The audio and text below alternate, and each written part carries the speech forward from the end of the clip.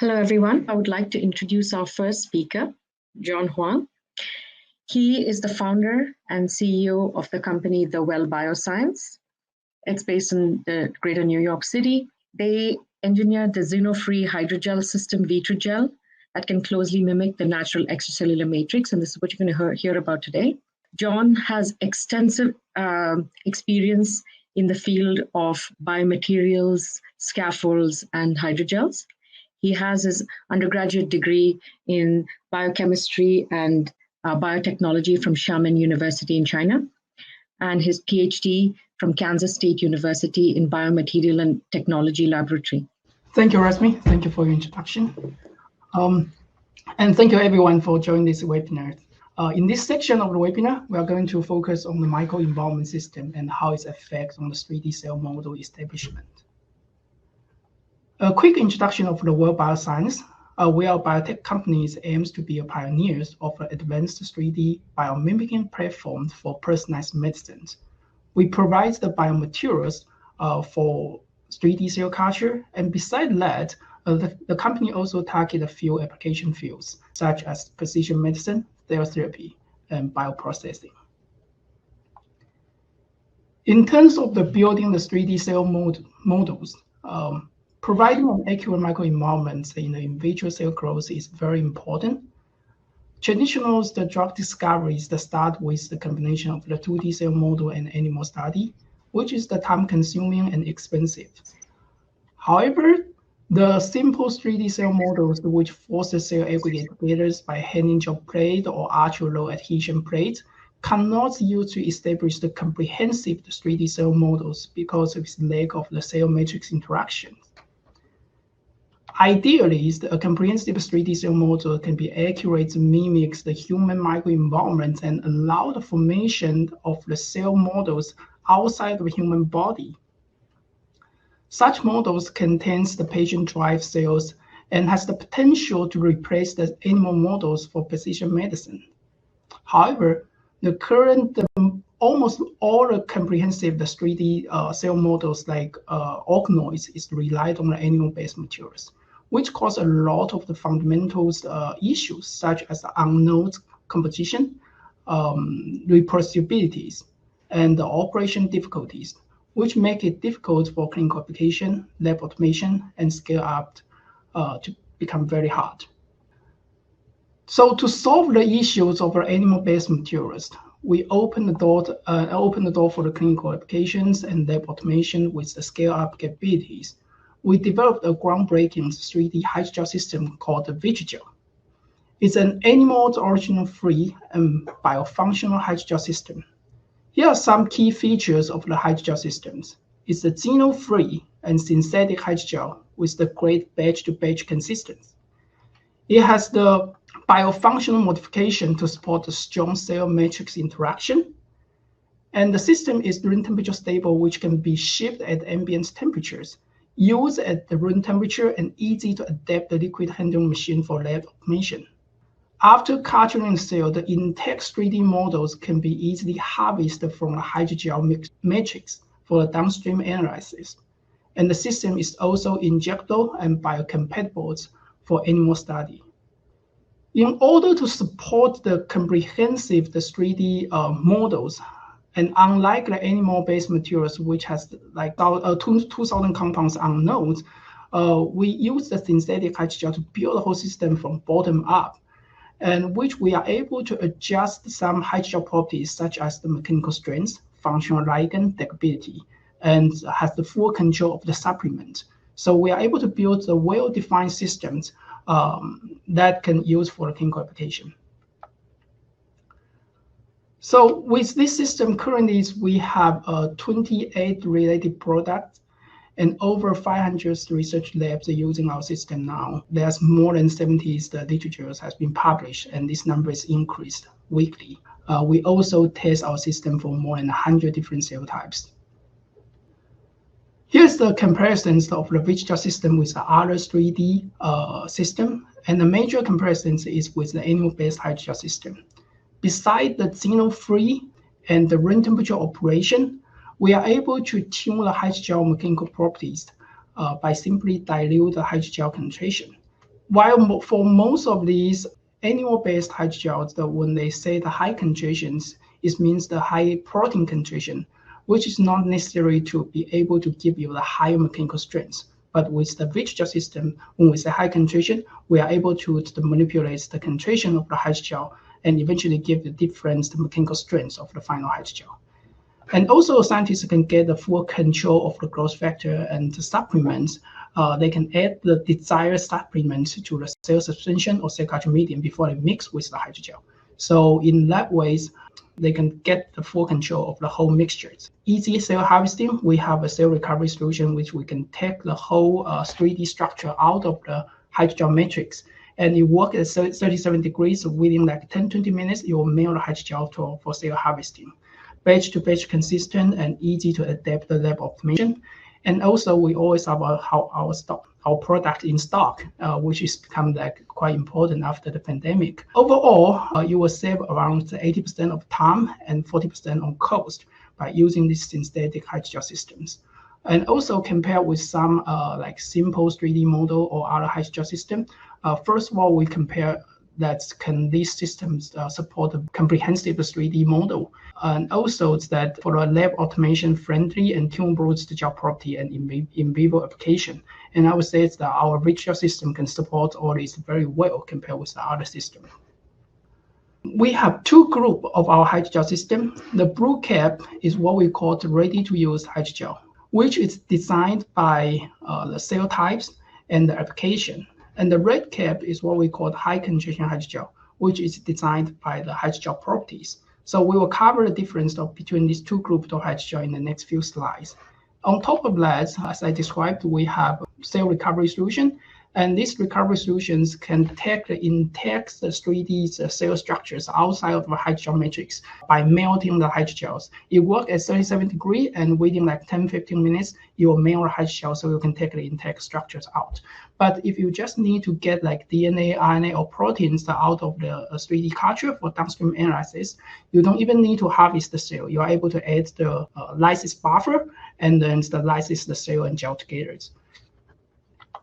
We also have a live data asset for both 2D and 3D cell cultures, which we call the Cytos 3D. It's a very convenient live data asset. You just need to add like 2 microliters into 100 microliters of the mixtures and incubate like 5-10 minutes. You are able to get very nice data under the microscopes.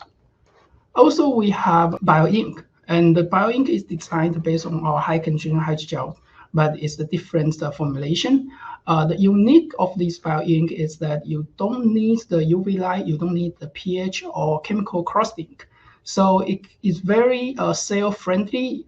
We are able to maintain a very high cell viability by printing using our BioInk. We also have a mixing kit, which can easily mix the cell and the ink without introducing the bubble. So each of our high concentration hydrogels come with a hydrogel solution and a dilution solutions.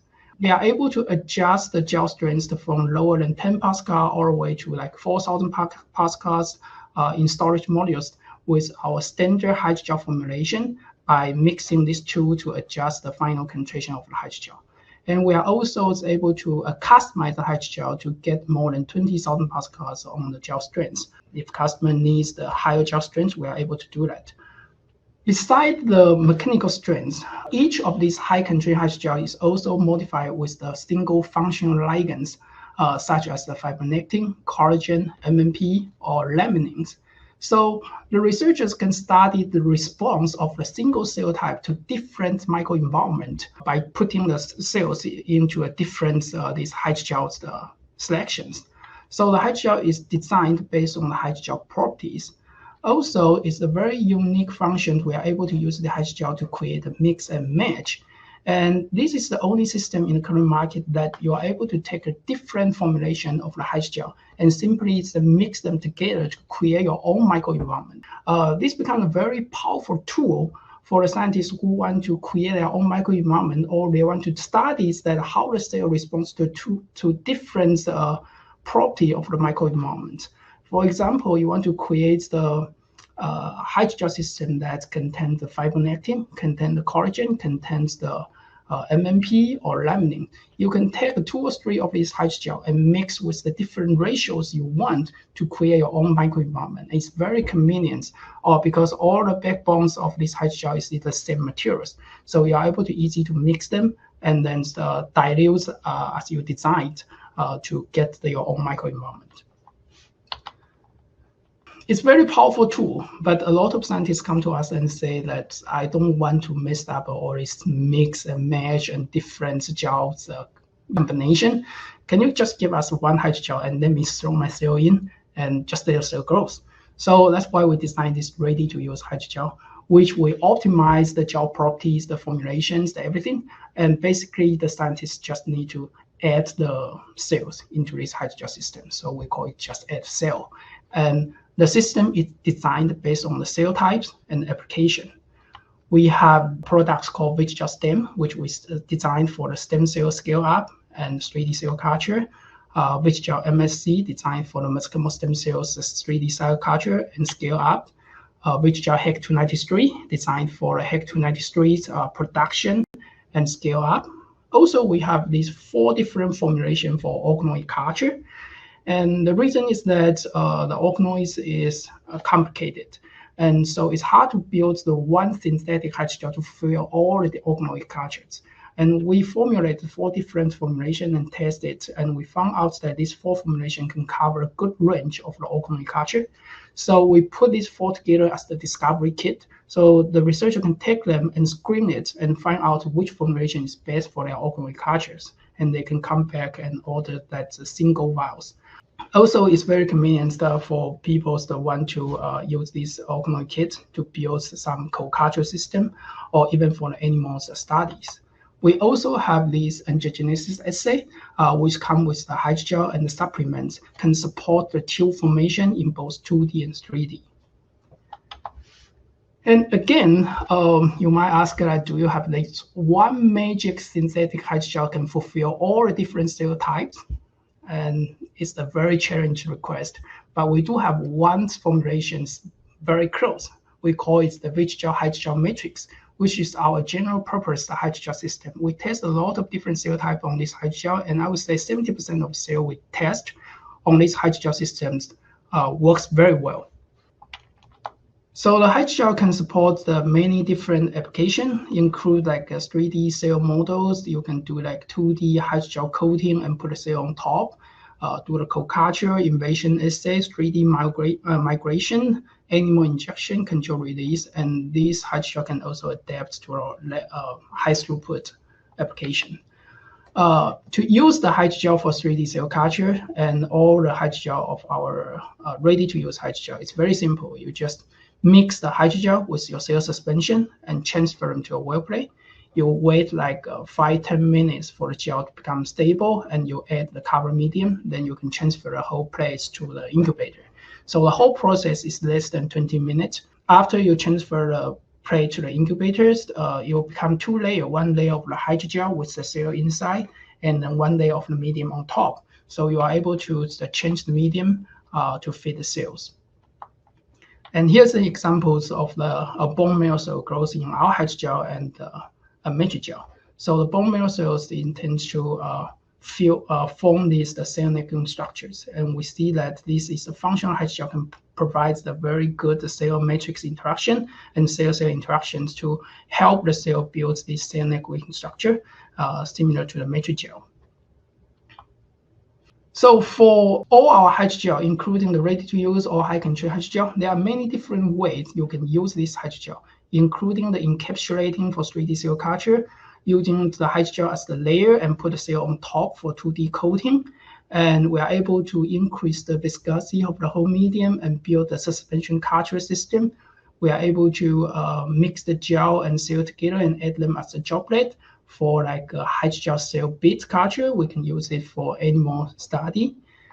And with these culture methods, then you can build a lot of different applications. Depends on the cell function. You are able to make like 3D spiral. You are able to make like 3D cell networking structures, organoid co-culture, angiogenesis assay, and also co-culture with the angiogenesis assay, and invasion, and you are able to use it for scale up and animal studies. So we don't have time to cover all different applications of which I can do, but I would like to use few simple examples like a 3D tumoroid formation on our ready-to-use hydrogel system. Here's the example of the breast cancer cells.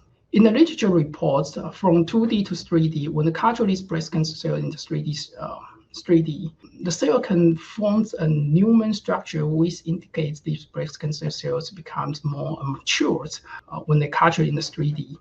So when we put these breast cancer cells in our visual hydrogel matrix and culture them in the 3D way, we found that these Newman structures can form even from day 1.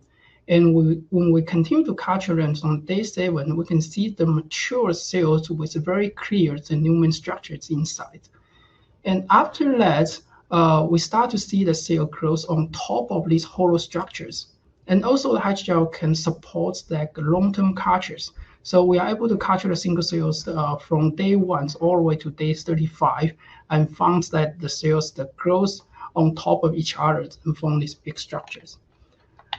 Very interesting to compare with the Matrigel, as some other literature report as well. We don't find this Newman structure in Matrigel, and only found it in our hydrogel system. But we do see the cell growth very nicely in our hydrogel.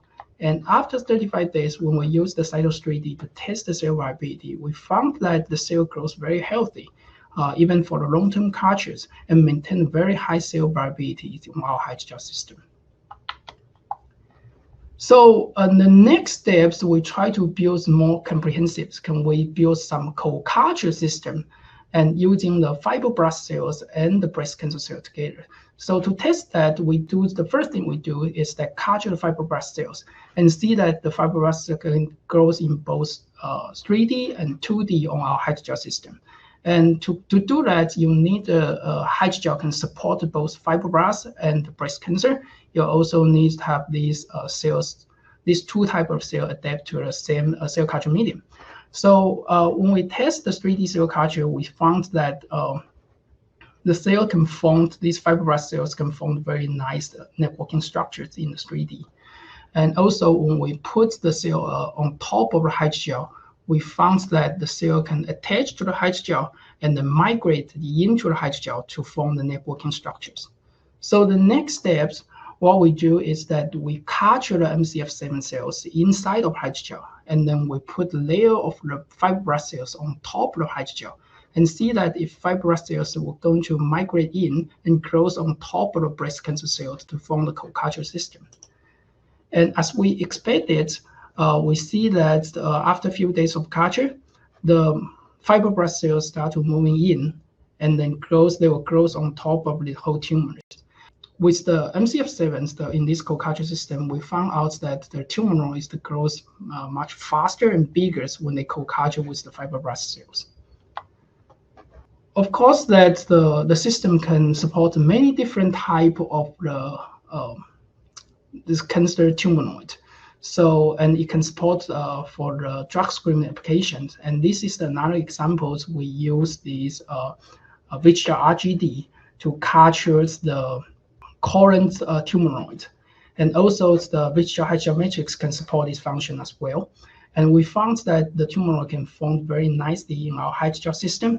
And then we compared with the drug screening capability of this 3D model with the traditional 2D cell culture model. And what we found is that in the traditional 2D models, when we increase the drug dose, we see the cell viability dropped. And it's almost a linear function that when we increase the dose of drugs, and we see the cell viability dropped. But in the 3D models, we found that at low drug dose, the cell viability of the 3D models not change that much.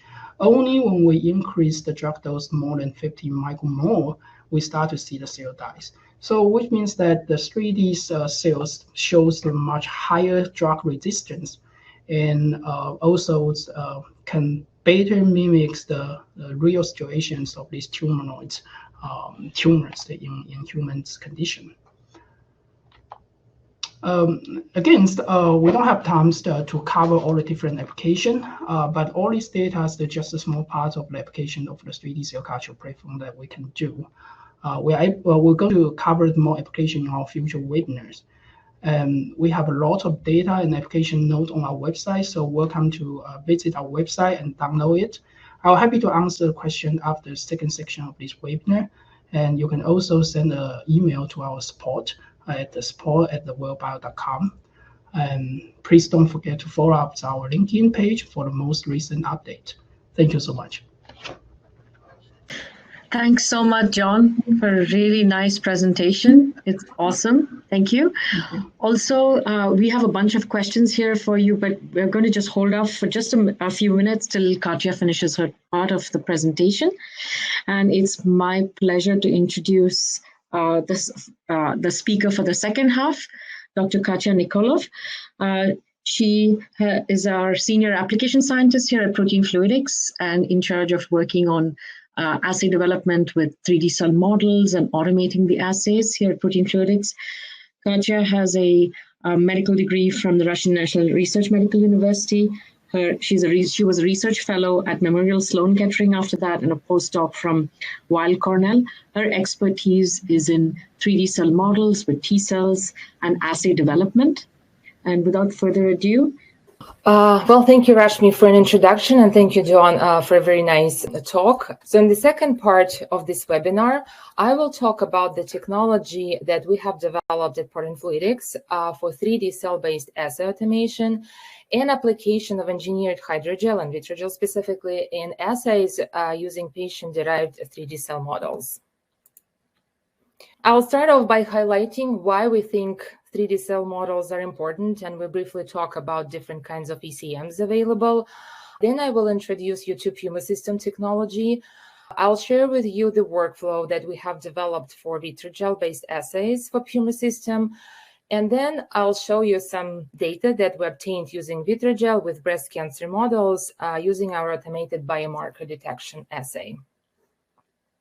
But first, I'd like to acknowledge our collaborators. So, of course, the Well Bioscience team, whom we work together to bring vitrogel technology to Puma system automation.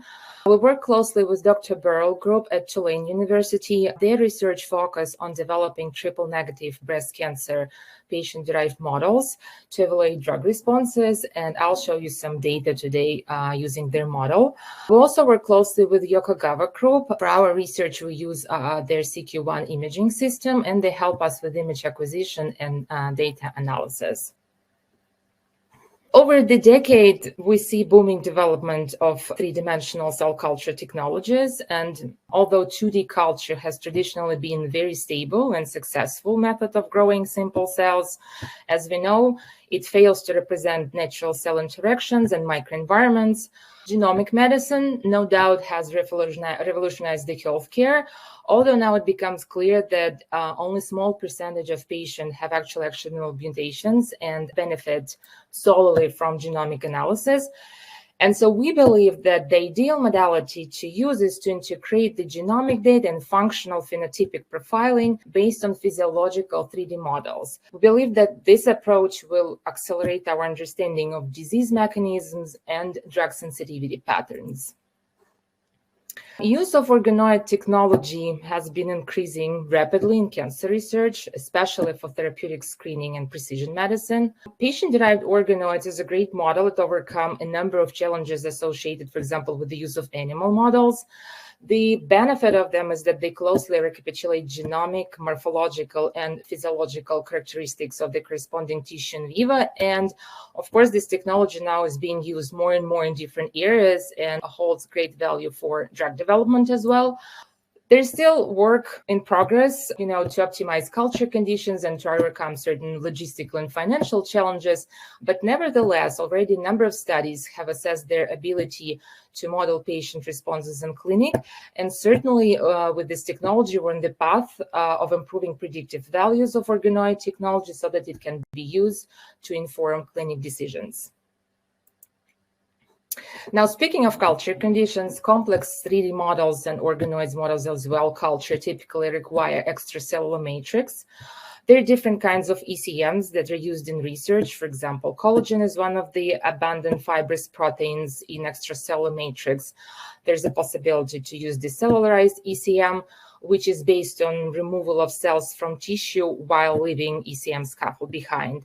There are other native ECMs like alginate, gelatin, fibrinogen that also may serve as a matrix for organoid models.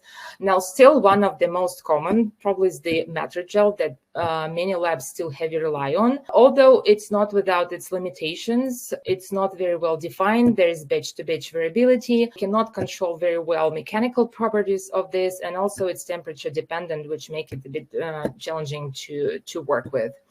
And so, of course, researchers put lots of effort to develop an alternative, synthetically and chemically defined solution, which can be more tunable, reproducible, because these parameters are critical for getting consistent results in preclinical setting. Generally speaking, our technology is ECM agnostic, but today I will focus on how we can use Vitrogel as an example of an engineered hydrogel with our Puma system. So let me give you a brief introduction of how our technology works and that we have developed at Protein Fluidics to help scientists in a variety of 3D cell-based applications. So why we started to work on our technology? When you think about drug discovery, we certainly talk about screening of large compound libraries, which is mainstay of pharmaceutical development. The focus of such samples is to analyze a large number of samples with a low number of simple endpoint measurements. On the other side of the spectrum, there are very interesting and sophisticated organ-on-a-chip technologies. They usually limited to number of samples that can be used. Often they designed to address very specific question, but they provide really rich data sets. So a Puma system that we designed really covers this sweet spot in the middle where you still can do your screenings and assays on a medium scale, and yet it allows you to run a set of quite complex assays and collect a substantial amount of data, so essentially to do multifunctional profiling of your samples. So Puma, here you can see how it looks like and its relative size. Puma is a benchtop instrument that uses a microprocessor-controlled pneumatic system to move fluid between wells via pressure differentials. This platform brings three main components together: use of 3D cell models, use of microfluidics, and automation, so that we can provide precision, efficiency, and performance for your assays. In this system, you can run assays under physiological conditions, avoiding sample damage or loss, which is important. You can use different organoid types or other types of 3D culture. It could be used with or without matrix, and all assay steps are automated, which really allows you to spend much less time on running your complex assays. It minimizes handling errors and essentially provides you high quality and reproducible data with these precious samples. Our system is compatible with different kinds of 3D models, so you can use spheroids established from cell lines, you can use primary tumoroids, and also you can use more complex organoid models as well. So the heart of the system is the flow chip. Here you can see the picture with the frame, which holds 4 flow chips in it. So you can run your assay using between 1 and 4 flow chips. So which provides you a possibility to run between 8 to 30 samples per assay. Each test lane designated to one organoid or spheroid sample and consists of sample well in the middle connected to the reagent wells via microfluidic channels. Flow chip can be filled with different kinds of reagents, for example, media, different types of compounds, stainings, washing buffers, depending on the assay configuration. Organoids or spheroids are loaded into the sample well and located in our proprietary protected sample chamber at the bottom of the well. This allows reagents to be directed in and out of the sample well without, again, disturbing your structure or without fear that it will dry out or be damaged during the manipulation. Importantly, the bottom of the flow chip is a thin cyclic olefin copolymer film, which makes it compatible with high-resolution imaging. The diameter of the protected sample chamber is 1.2 millimeters, so this allows you to accommodate samples of up to, I would say, 900 to 1 millimeter of size. So here's a map. I mapped out the typical workflow that we use with Puma system. The process starts with loading the flow chips with your sample and reagents. Then plate is transferred to the Puma system. So here in the picture, you can see that the instrument is sitting inside the cell culture incubator. So essentially, you can run your assays using standard cell culture conditions. Then you have to select the protocol from a preloaded list on the instrument. And then once the protocol is done, your plate is ready for analysis. You can then do different kinds of microscopies. The flow chip is compatible with commercially available microscopic systems. You can also do plate-treated assays or collect supernatants for the downstream analysis. And here I'd like to highlight the concept of multifunctional profiling, where this platform provides substantial value because we can multiplex a number of complex and multi-step assays using the same sample. And most importantly, we can do dynamic assessment of measured parameters. So to give you an example, in this study, we used patient-derived tumoroids treated with a number of drugs and looked at viability first.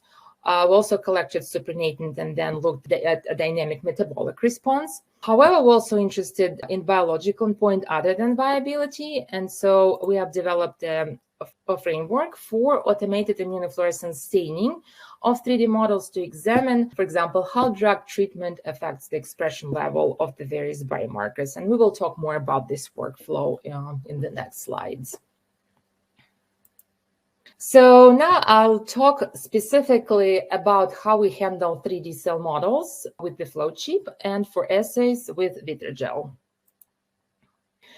So with Vitrogel, the process starts, of course, by creating your 3D sample, and then we mix it with Vitrogel. During this step, Vitrogel is still very soft. Then we transfer your sample to the flow chip to create sort of mini dome inside the protected sample chamber. Then we add more media on top to complete the formation of a solid gel. So this picture shows you nicely how we create this mini dome inside the protected sample chamber with your samples inside this dome.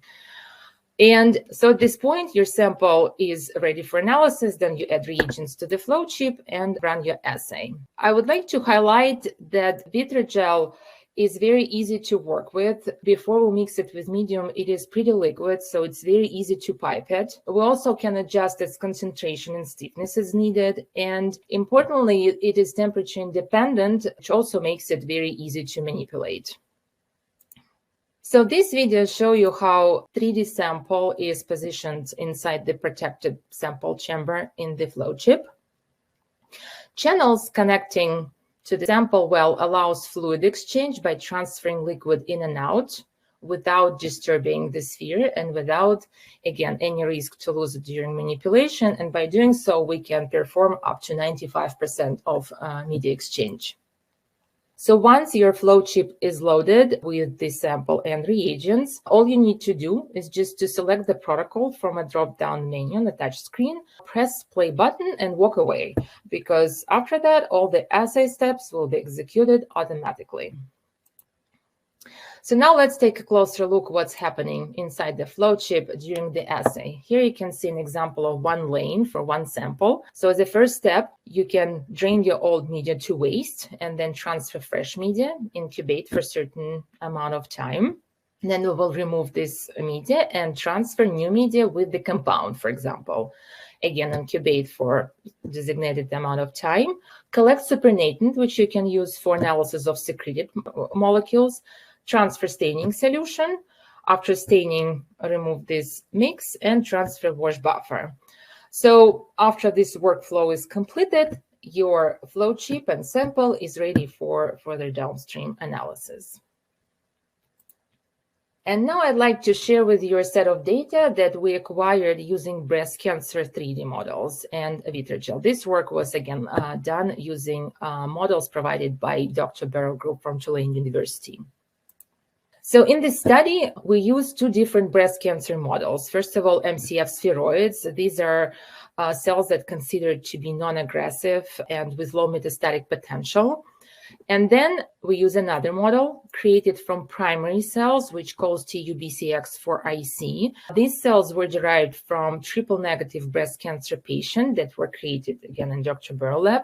And this primary tumor from this patient is characterized as metaplastic subtype. It is very aggressive and resistant to Taxol therapy.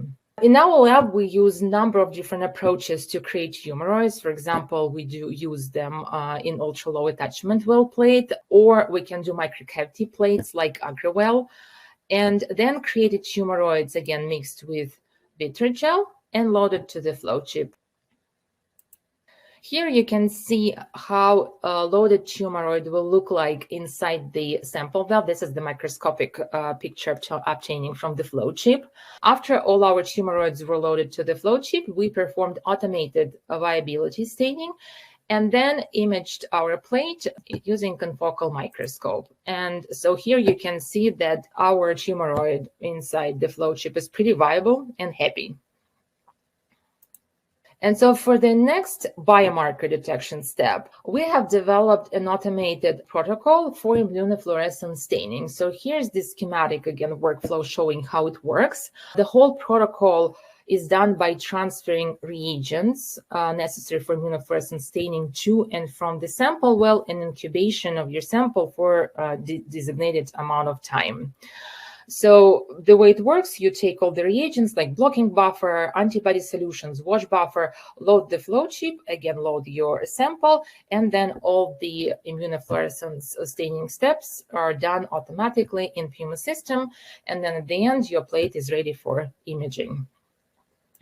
The advantage of this workflow is the automation of all the steps, which of course significantly reduce manual work. Plus you save on plastic and on tips, which is important given recent shortages of plasticware that we all experience. A loading of the flow chip takes really only 15 minutes.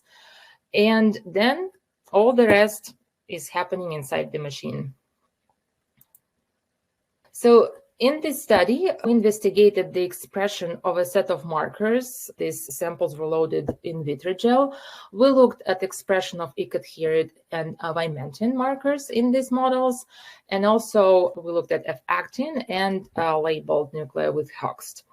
So here I first show you the data from MCF7 spheroids. These epithelial-like and low malignant cells show really intense peripheral staining for E-cadherin, which is prevalent at cell-to-cell junctions areas, and show no detectable expression of vimentin.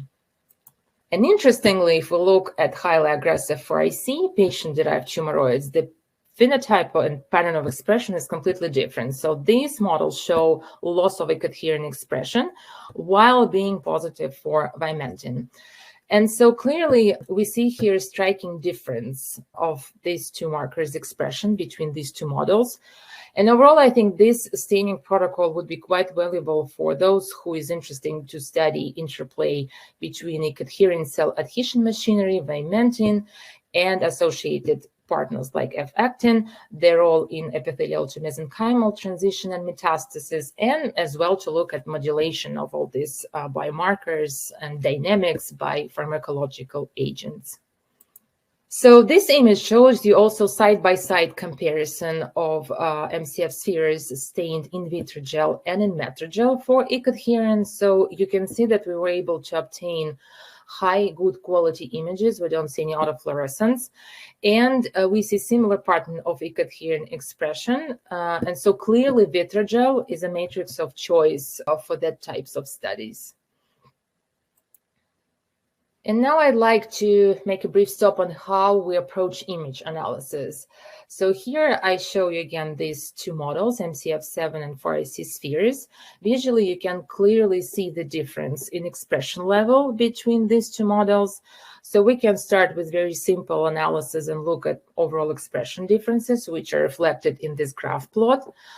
But for that type of staining, it really would be informative to do further cell segmentation to look at the expression pattern within each cell. Accurate segmentation can be quite challenging, especially when it comes to isolation of cell membrane region, and especially when it comes to 3D models and 3D reconstructions. But this type of approach provides lots of information about the marker behavior in different cellular compartments. So here I show you the approach that we take to perform such cell compartment analysis. Here the cell border and cell segmentation were performed using Fluidics image input. Then we identify nuclei based on Hoch staining. And then cells were partitioned into inner region and outer region corresponding to the cytoplasmic and membrane region of the cell. Once this compartmentalization is done, we have various options to visualize the results. For example, we can quantify membrane to cytoplasm fluorescence intensity ratio, and then specific cell populations can be also extracted and classified by getting the feature value data of identified objects. So currently we're working on optimizing image acquisition and analysis to obtain as accurate segmentation as possible so that we can further characterize biomarker expression and cellular localization under various conditions. So to conclude, I showed you that Puma system can perform quite complex multi-step protocols like biomarker detection, for example, using immunofluorescence staining. Puma system can integrate different kinds of ECMs, including synthetic hydrogels like Vitrogel. The benefit of using this technology are cost, time, resource saving. It also minimizes, of course, human errors because everything happens automatically. And at the end, you collect high quality data. Together with other set of assays that we have developed, Puma system really enables examining a large set of parameters like biomarkers, signaling molecules. We can look at cell morphological changes, proliferation indices, and toxicities.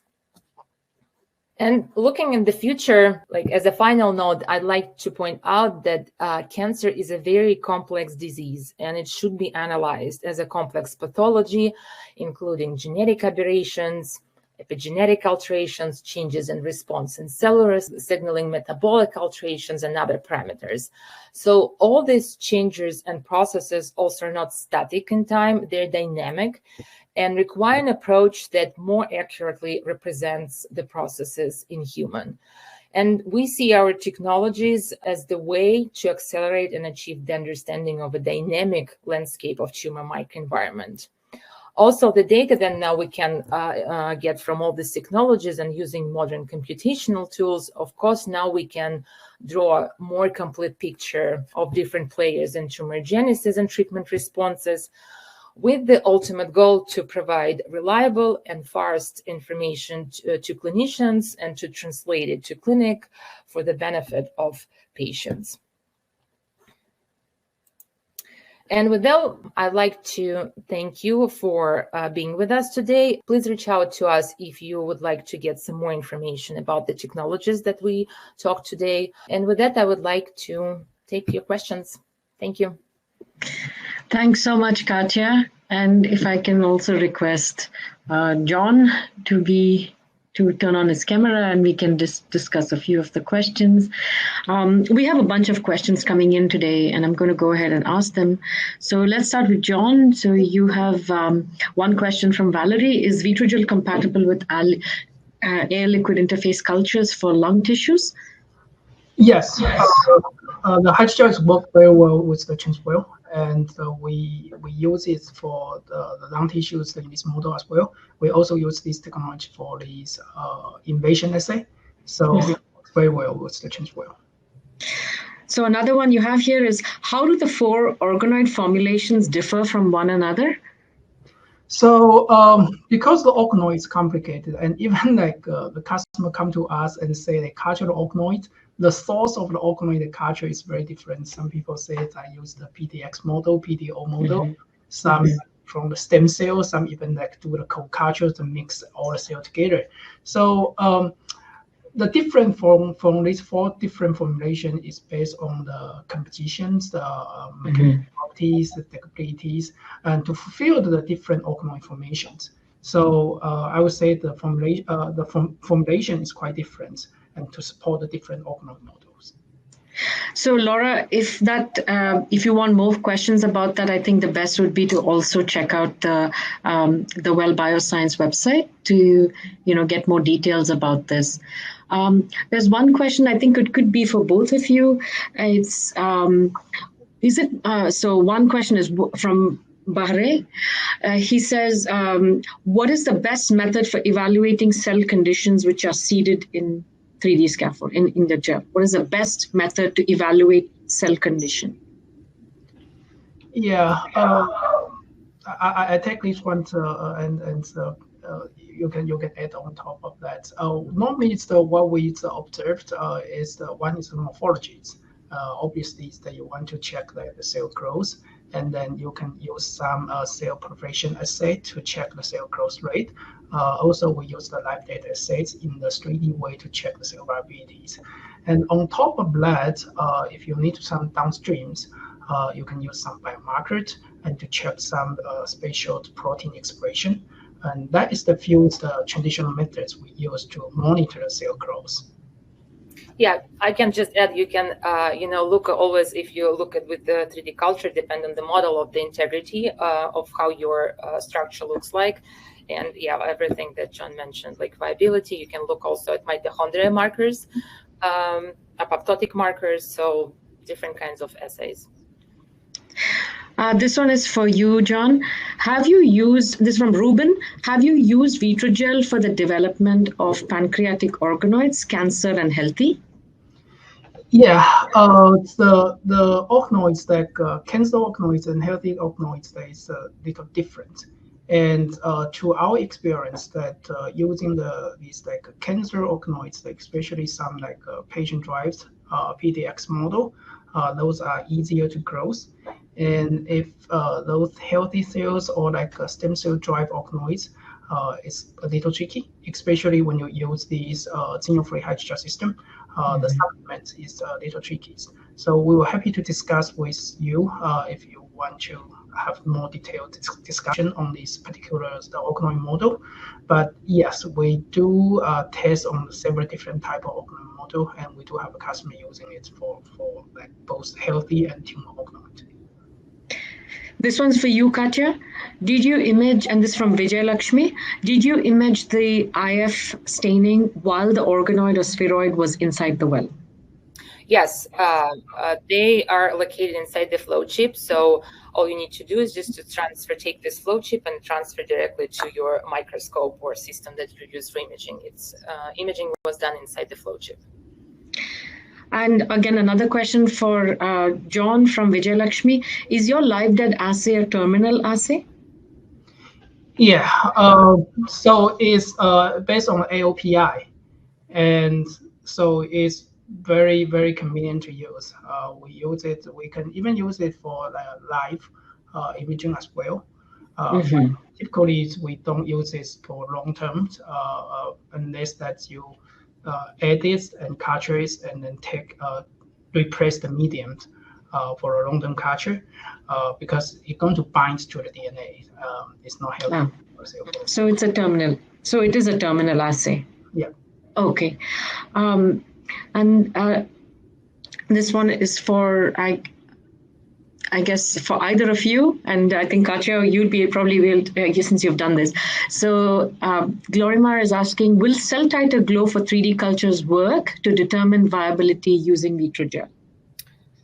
Yes, so we tested cell titer glow in the flow chip. Again, you don't really even have to take anything out, so it's fully compatible with flow chip. You just add the detection reagent directly to your cells, and then transfer the plate to plate reader and image. Again, this is probably for both of you and most especially for John. This one is from Valerie. Did you succeed to cultivate human non-small cell lung carcinoma cells? I think that these ones we need to check from our internal data because we do the culture a lot of different cell types. I need to check to the lab and see if we have these data available. You can go to visit our website. There's the one page called the cell type selection resource. On that page, we list over 100 different cell types we already select the test on our hydrogel system. So yeah, I think that we can put that page on the chat box or Q&A box for you to reference. Two very similar questions for both of you. So let me start with John. What is the optimum number of stem cells needed for Vitrogel 3D? We have a Vitrogel stem that is designed for the stem cell culture and expansion. The ultimate numbers depends on the application and how fast you want the cell to grow.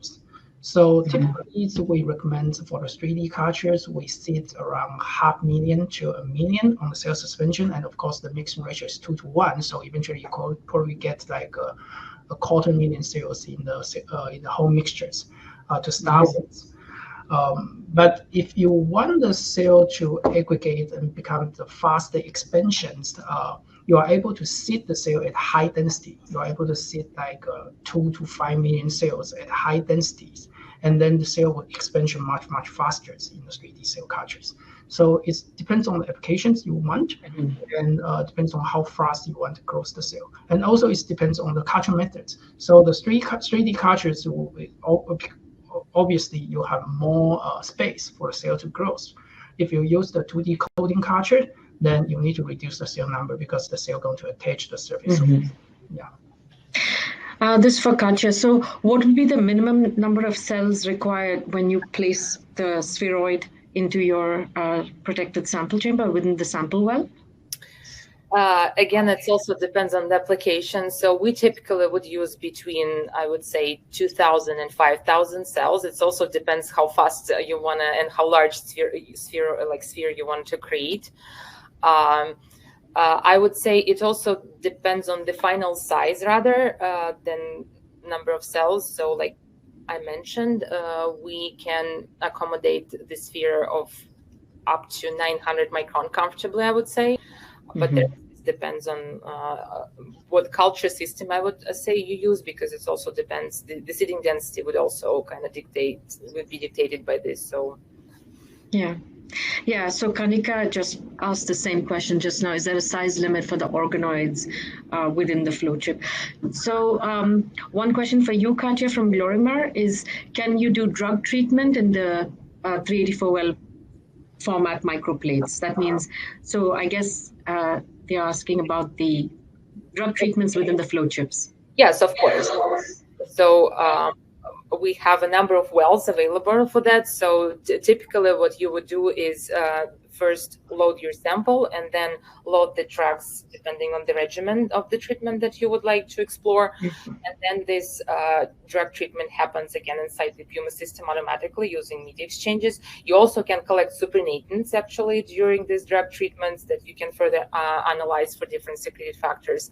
And then at the end, you can fix them and either staining for biomarkers, again, using automated protocol, or do other assays that you would like to do.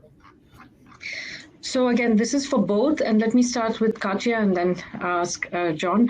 So this is from Evan. Have you tried co-cultures of immune cells with organoids? Yes, we did. So this is work in progress, but right now we can co-culture different cell types in the flow chip. So we can load our sample well with immune cells, for example, and then transfer your sphere organoid on top of it, and then look at these interferences between these two cell types. Yeah. Regarding co-culture, John, same question. Yes, we do, and actually, there's a publication showing it's not immune cells, it's the other cell type, but it's good to prove the concept for the immune for the co-culture system with the different cell and organoids. And we do have the users using our hydrogel system to culture the organoid, and then add another cell types on top, and let them to penetrate into the organoid. And the data is directly compared with Matrigel data as well. And what I found out is that in our system, the second cell types can easily penetrate in and go surround with the organoid. But for Matrigels, the cell mainly is maintained on the surface of the matrix. It's hard for them to penetrate in. So yeah, and for the organoid cultures and the co-cultures, that is very important for the next generation of the organoid culture. So that is a very important features to check it out. It's the co-culture capabilities of the matrix. So this is a question for Katya. Would you put immune cells along with drug treatment in the Puma system plate? You can. It's also, again, depends on the goal of your experiment. Certainly, you can use some, drug treatments or compound to see how they affect the interference of immune cells with your organoid or spheroid. This was actually follow-up also from the previous one. This one's from me, John. So do you have to alter the stiffness of the gel when you are doing these kind of co-culture? So is that dependent also on that, or can you do it in, say, 100, like the regular 100% Vitrogel? Yeah, I would say the co-culture is really depends on the both cell types or the multiple cell types. And normally what we found is that if we have our ready-to-use hydrogel system can support multiple cell types to growth, we don't have to manipulate the gel stiffness and other things. Okay. But if you culture the very particular the cell types, say that some cells that really require the stiffness of the microenvironments very, very high, then we probably need to manipulate the different layers of the gel, or we can use it with the sandwich methods with the different layer of the gel to culture together. So yeah, it really depends on the application, and the people are very creative to using the hydrogel with a multiple different way. Yeah. You have only one comment from Agbe, from both of you. He said, she, I'm so sorry, says that it's a very nice presentation. So yeah, and we are at the top of the hour now at 9 o'clock here in Pacific time. And from all of you who are attending from all over the world, thank you so much. And thank you both, John and Katya, for this wonderful presentation and all the questions. Thank you so much for attending.